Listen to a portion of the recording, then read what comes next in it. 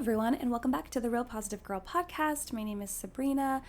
Happy Thursday to you all. Oh my goodness. I hope that you're having a fantastic day today. If you're new here, then you may not know I love Thursdays. And there's going to be some point for the people that are coming back every day or every week that I'm going to stop saying that, maybe, hopefully. If it does bother you, I encourage you to come over to Instagram at Sabrina Joy Perozzo and drop me a DM and let me know, because at least if you tell me, then I can stop doing it. But anyway, so happy Thursday to you all. Hope you're having a fantastic day. And if you are having a rough day, whether your day is just beginning, it's in the middle, or towards the end, I want to encourage you to take the 5-minute reset, which is taking at least 5 minutes to be by yourself. Take more time if you have more time, but take at least 5 minutes to be by yourself. Shake it all off, come back to baseline, reset, reboot your day right then and there. You are able to do this multiple times in the day, multiple times in a week. It doesn't matter. It's unlimited because you're just taking a break. You're just shaking it all off. You're kind of kicking off any sort of burdens that might be hanging on your back, hanging on your shoulders that day. And you are just taking a break from any issues or problems that you're currently dealing with that day. So while you are taking a break and shaking it all off, also, I encourage you to make a quick list of at least 4 things that you are grateful for. And those can be really small things, really big things, things in the middle. You can be grateful for seeing a beautiful sunset. You can be grateful for waking up like 10 minutes earlier than your alarm and just feeling refreshed and being able to have an extra cup of coffee or have some quiet time to yourself. You can be grateful for the wonderful walk that you had this morning, this afternoon, this evening with your dog. You can be grateful that you were able to text back and forth or call one of your close friends that you haven't spoken with in a while. It doesn't matter what it is. And I always like to give quick examples when I'm telling you to make a gratitude list of at least 4 things, because then at least you know that it could literally be anything. It could literally be anything. It could be the smallest things or the biggest things, like I just said. So, and that makes gratitude endless. It can make so that if you need to make a gratitude list every single day, which I fully recommend, then you will never run out of ideas. Do you see what I mean? So in addition to that, I encourage you to also take the time and maybe problem solve whatever problem is getting in your way, whatever problem is causing you a lot of stress, a lot of problems. And then at the end of it all, the main point is to be able to walk away from the 5-minute reset feeling at least neutral, if not positive, about the rest of your day. You want to be able to go on the rest of your day, not pass along your bad negative mood to anyone else, and be grateful and refer back to your grateful list to change your mindset to be able to get through the rest of the day and know tomorrow's a better day. Because despite what you're going through, and remember, I am not here to diminish your feelings, but despite what you're going through, there are still amazing things for you to be grateful for, to be thankful for, to be happy about, to continually live for. So if you're having a hard day, I encourage you to do the 5-minute reset. But like I said, I hope that you're having an amazing, amazing day. Just a reminder that this week we are talking about assertiveness, and today, Thursday, we're going to talk about how to become an assertive person. So let's go ahead and just jump right in. So not sure if you have noticed yet with everything we have talked about this week so far, but being assertive has a lot to do with having personal boundaries. And everyone knows, especially if you're not new here, that I love talking about personal boundaries, which I am not going to talk about today, but it's important to note because boundaries are what keep us feeling safe and in line with who we are. However, if you are interested in learning more about personal boundaries, I encourage you to go back into the log of the episodes, because I did talk a whole week talking about personal boundaries, why they're important, what you can gain from them, how you can create them, good versus like soft versus hard versus regular, normal, healthy boundaries. Check it out if you're interested, because learning how to establish personal boundaries is one of the best things you could ever do for yourself. You can create those lines that you don't want to cross. You can make sure you don't give in to things that you truly don't want to do. You can keep yourself safe. I said I wasn't going to talk about it, but it's important. So go back and look into it. But more specifically today, I wanted to give you some easy tips on how you can become an assertive person. And maybe you are already assertive and just want to know how you can become better at that, or compare my knowledge to yours, which is great. But maybe you struggle with being assertive like me, and need some pointers on how to improve. I have never been the best at being assertive.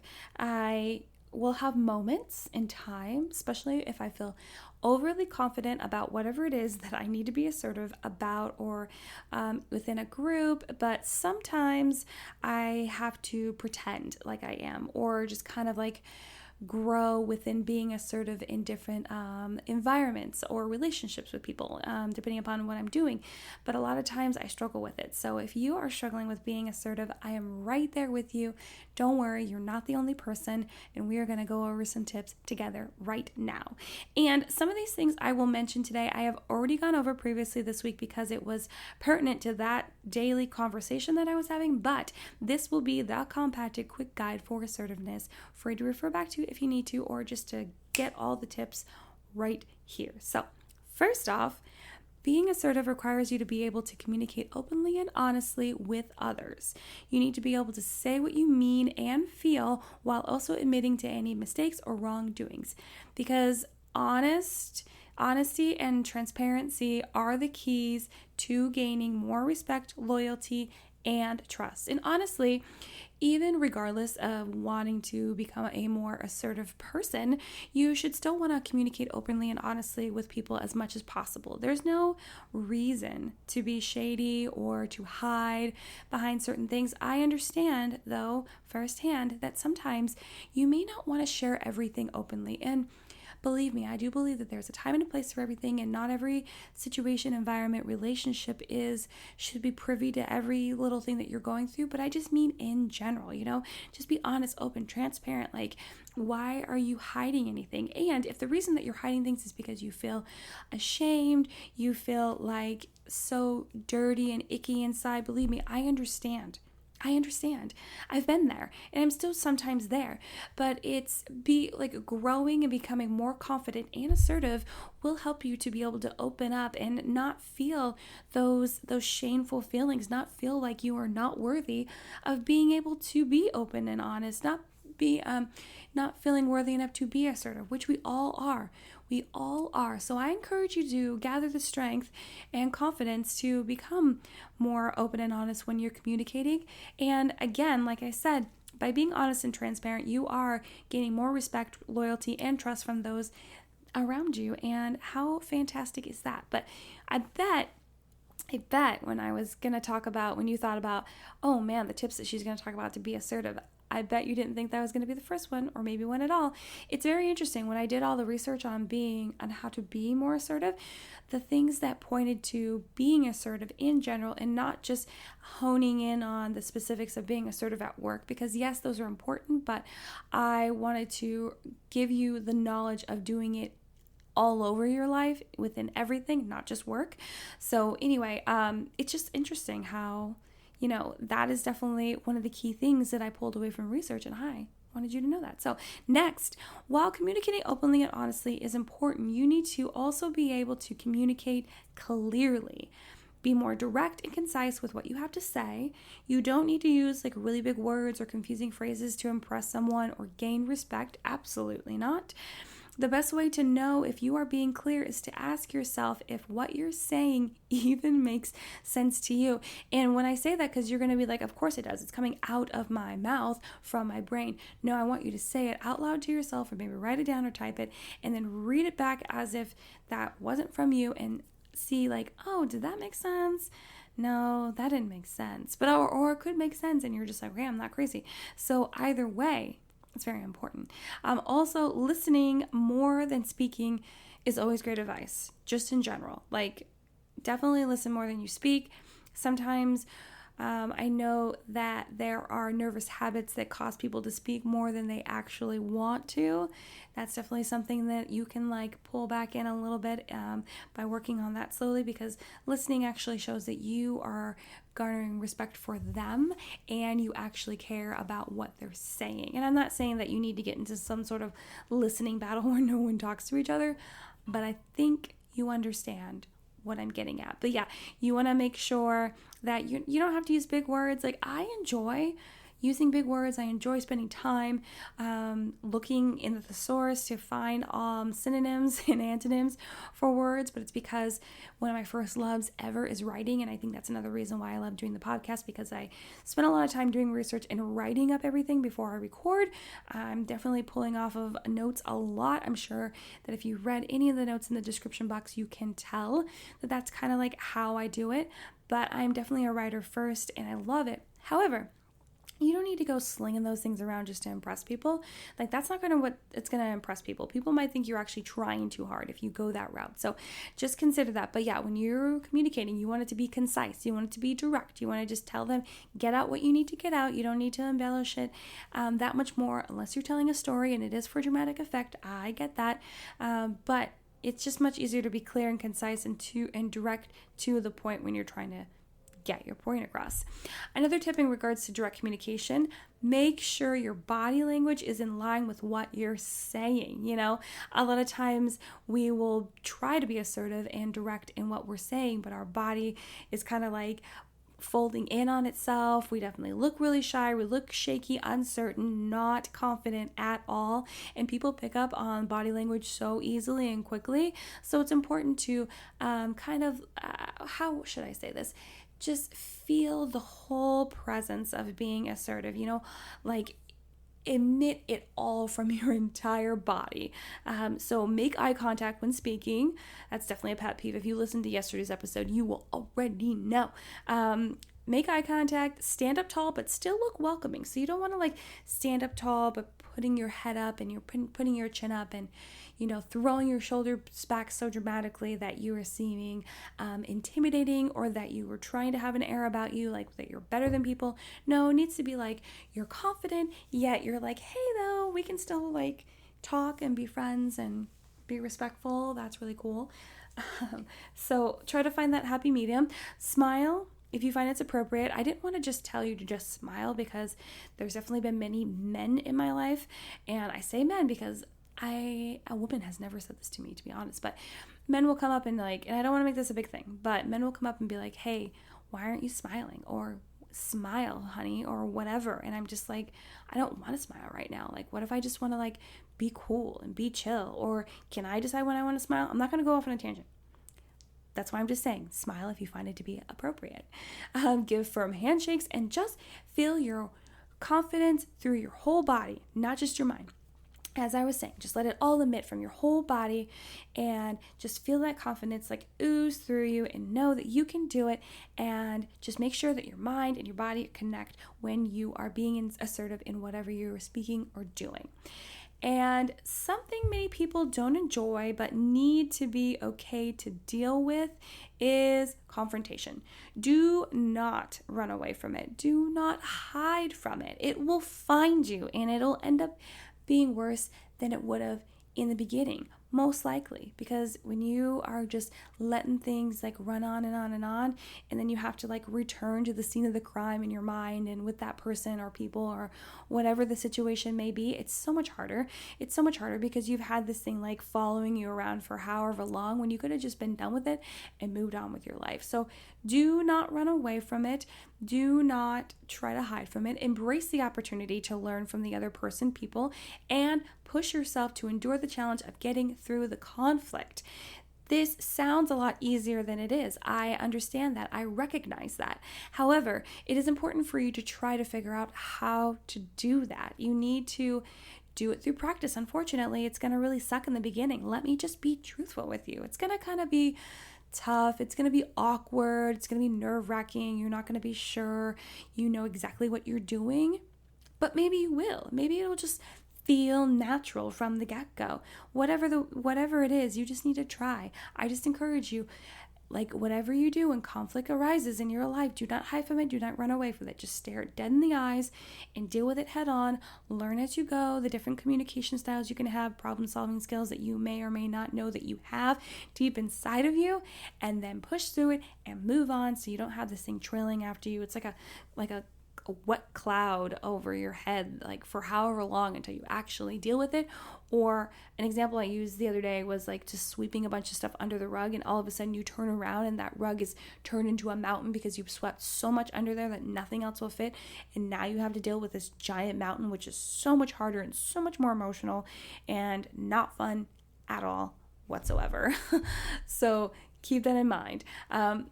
Maybe you have never considered this, but being assertive also has to do with being able to control your emotions. I struggle with this, guys. This is like probably like within all the research I did for this episode today, this is probably the one that I struggle with the most because I'm a very emotional person. I'm getting better at it. I'm getting better at, taking a moment and realizing, maybe this situation doesn't call for that much stress, that much anxiety. It's still really hard to kind of pull back those feelings because sometimes they just seep out of me before I would realize that they're gone. And I'm like, oh no, wait guys, no, let's retreat. No, you're already there. Okay, cool, whatever.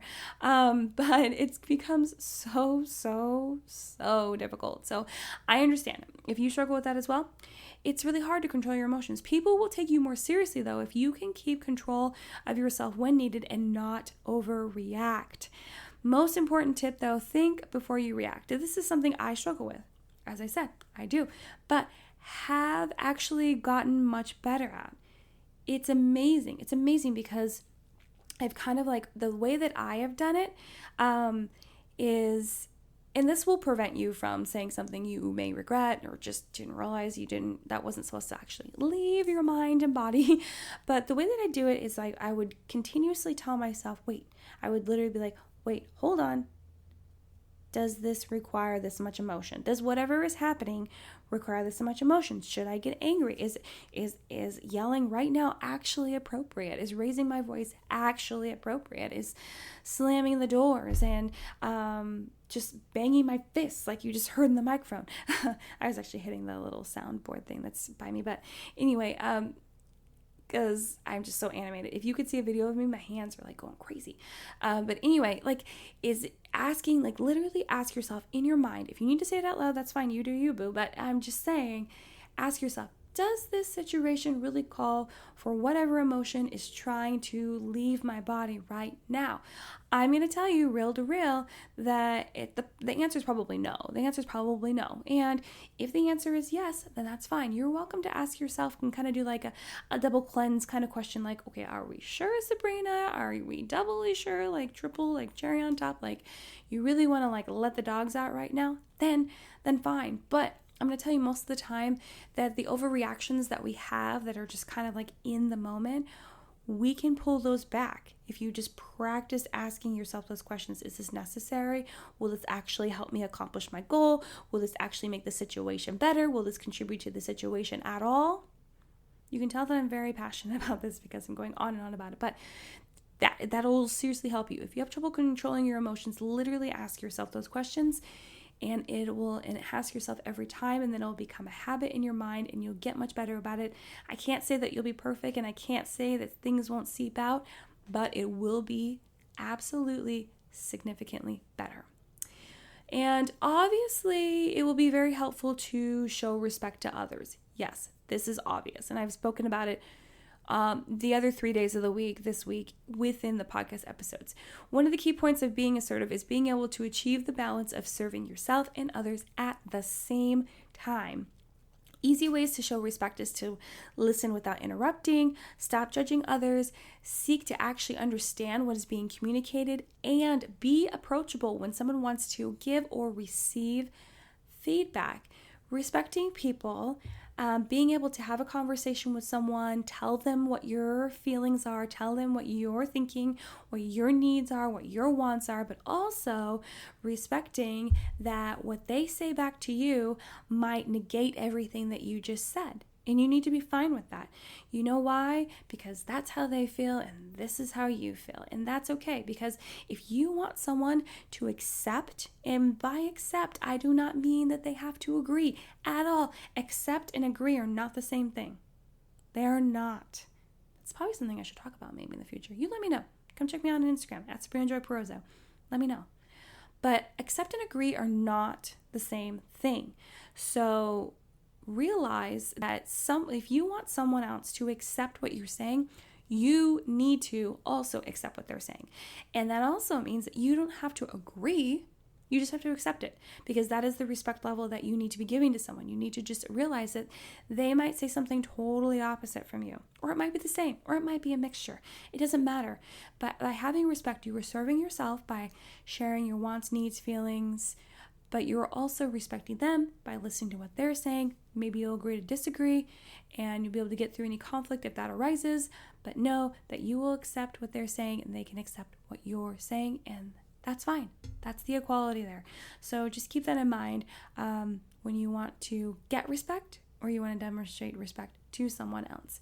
And lastly, some quick hitters, just some quick lines to help you become more assertive that didn't necessarily need deep explanations. You might get into some. I don't know. Let's see. Let's go. Speak up when you speak, because what you have to say matters despite how others will react. This means don't have a quiet voice. Don't be like not wanting to speak loudly because you're afraid people will judge you or not agree with you, or not like what you're going to say. All those things could totally be true, and you still need to speak up and be confident in what you're saying and believe in what you're saying, and go in there knowing that at least you speaking up and sharing what you wanted, what you feel, what you needed meant something, at least to you and probably to them, and they don't even realize it. So remember that. Oh man, I am guilty of this next one. Don't say sorry if you haven't done anything wrong. This is something that my husband points out all the time to me. All the time. It's because I'm a people pleaser and a perfectionist, and constantly all the time he'll say something is wrong or something has happened or whatever, and I'm like, oh, I'm so sorry. And it's like, it's a terrible habit. It's a terrible habit that he has chosen to point out to me often, which I actually appreciate, because I didn't realize how bad of a habit it is for me until he started pointing it out. And then every time he points it out, then now I'm actually pointing it out when I say it, like when I'm not around him, or if he happens to miss that one, I will be pointing it out in my brain now. And I'm like, dang, Sabrina, you got to stop that, because if you've truly done nothing wrong, then there's no reason for you to be saying sorry. Just remember that, okay? Like, you can feel different emotions for when someone tells you bad news or they're having a bad day. You don't necessarily say I'm sorry, or even like the thing that I would start saying was like, oh, I'm sorry to hear that. Like, you're still not sorry. Like, that's not, sorry is for an apology. You could say something like, oh my goodness, well, that is, thank you for sharing that with me. How can I encourage you? How can I help you? Or, oh, that's like not great news. Like, figure out your own way, depending upon the relationship you have with that person, how to respond back without saying sorry. Don't stop apologizing for things you have nothing to do with and that don't require an apology from you, because it's not necessary and it's actually really a bad habit. Okay. And of course, remember and know that you are in charge of your behavior and other people are in charge of theirs. Oh man, it's a tough one. I had to throw this one in because, like I kept saying throughout this episode, you're going to share what your wants, your feelings, your needs are to other people, and they're going to do the same to you. But you're going to have to realize that despite what you may be trying to get across to them, even if you're trying to let them know like a better way to do something, a quicker way, a more efficient way, something that will actually truly benefit them, and they choose not to listen, that is their choice. That is absolutely their choice. And maybe someone is doing that to you and you just can't see it, you can't realize it. A lot of times, certain mistakes we have to figure out on our own, go through our own journey to understand like where we went wrong. But you have to realize that you are in charge of you and they are in charge of them, and that is that. That is that on that. So just accept that, know that. It's really hard. It's really hard if you're a people pleaser and you're trying to create those personal boundaries of not trying to run someone else's life and be in charge of them and quote unquote help them, like make the best choices. You're not in charge of them. You are not responsible for their feelings, their actions, emotions. You are in charge of your own. They are in charge of theirs. Please remember that. That's that on that. Be confident enough in what you think, feel, believe, and that it doesn't matter what others say to you or about you. That's the last one. You got to be confident in what you're saying. You got to get up there. You got to speak up. You got to be confident, yet respectful to other people. Don't come down on people when they don't agree with what you're saying. Get it out there. Feel happy that you're able to share what was going on with you, what you have to say, and then don't even worry about what people think of you. Don't even worry about what they might be saying about you. Don't even worry about that they disagree. And I know all of that is easier said than done, of course. You have to work on that. I struggle with worrying about what people think of me all the time, all the live long day. And it's something I'm working on. It's a struggle. And I know it's a struggle. I know it's a struggle for all of us. And all you have to do is continue to try. Don't give up. Keep pushing yourself. Keep trying. And at some point, you'll get better at it. We'll all get better at it. And it won't bother us as much. And we'll be those confident people that we truly look up to and are amazed that they don't let anything bother them. But maybe it's an internal game. Maybe they kind of do, but then they're able to push that away and then move on to something more positive. You never know. You never know. The best way to get better at being assertive is obviously to practice in real life with anything. And don't give up on yourself if you find you falter in the beginning. It's not expected for you to be perfect in the beginning or all the way through, actually. Just keep going, keep trying, and you will achieve that sense of being in no time. I promise you, if you just keep going, don't give up. Sometimes we will stumble, sometimes we will fall, sometimes we will give up on ourselves, but you need to round back and realize, oh my gosh, this is so worth it. I am worth it.